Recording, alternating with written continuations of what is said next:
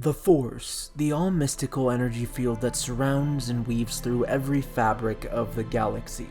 We've seen Jedi Knights ally with it to accomplish the impossible, and we've seen the Sith chain it to their will for unlimited power. But between those two things lies balance, a concept many seem to misunderstand. But in this episode, we are going to discuss that. We're going to speak on what balance of the Force truly means. But before we do begin, remember that more regular and quality Star Wars content is always right around the corner, right here on Dank Ferric. If you do end up enjoying this, you know where the like and subscribe buttons are.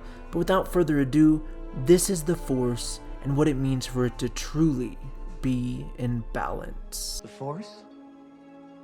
The Force is what gives the Jedi his power. It's an energy field created by all living things. It surrounds us, penetrates us, it binds the galaxy together. The Force is eternal. Its energy, it lives on through all things.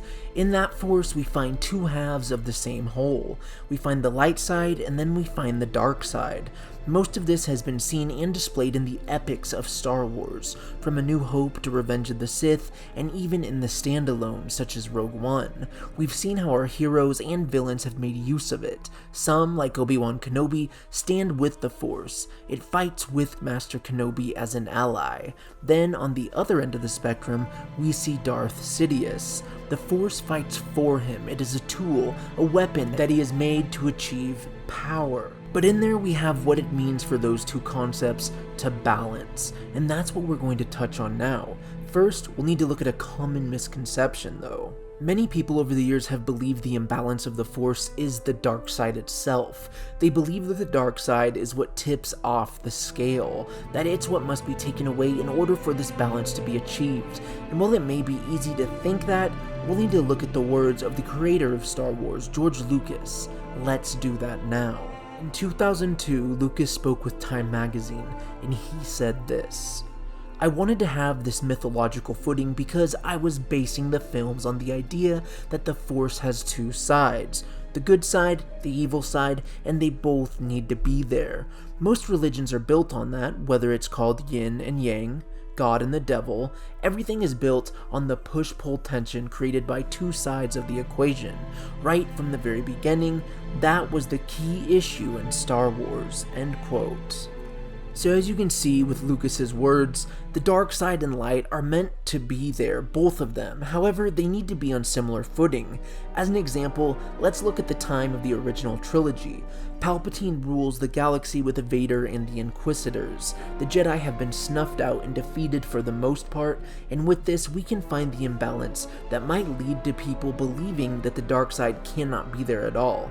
But let me show you why the dark side needs to be present, just not in the manifestation that is the Sith. The Force is off balance in the era of the Galactic Empire's firm hold on the galaxy. The dark side is always present here, even in times of light, but giving into it as Palpatine and his apprentice do sets the dark side on very unequal footing with its counterpart, the light. By tapping into the dark side, a person is putting one of the heaviest weights on the scale, if you will. You see, the Force, as I said earlier, it lives in the fabric of everything. It winds through entire planets, through the people of the galaxy, and in the situations they interact in. It is absolutely essential. It lives in moments like joy, sadness, pain, celebration, and more, thus influencing the way all flows. But the Sith, they push this out of control, using the dark side and expanding its influence in ways it was never meant to be. In more ways than one, the dark side of the Force can be pushed to unnatural means. So going back to the story we know, Luke Skywalker rises and he pushes Anakin to fulfill his prophecy as the Chosen One. Anakin returns, as we know, and he destroys the Sith, just as Qui-Gon Jinn foresaw all those years ago. But now you're probably wondering, okay, but now there's just light, so how is there balance? But I'll tell you what, there isn't, and that's where things get interesting. A person with a connection to the Force and the ability to use it can find the Force as it is. They can synchronize with it as it is, or they can abuse that, playing with darkness and changing the spectrum. But you see, even without the Sith, and even without a single Jedi alive, the Force can re-find balance. It does this through what I mentioned above. Loss, pain, and fear. The dark side will naturally live through those things. Then the light will live on as planned too. If a Jedi truly harmonizes with the light, then the Force will stay balanced, because that is what the Jedi are meant to do. Harmonize or synchronize with the Force, letting it live as it naturally does while working alongside it or with it, and ensuring that darkness is not tapped into, which saves the scale from overly tipping to a shadowed side. Just think of it like this if you need to.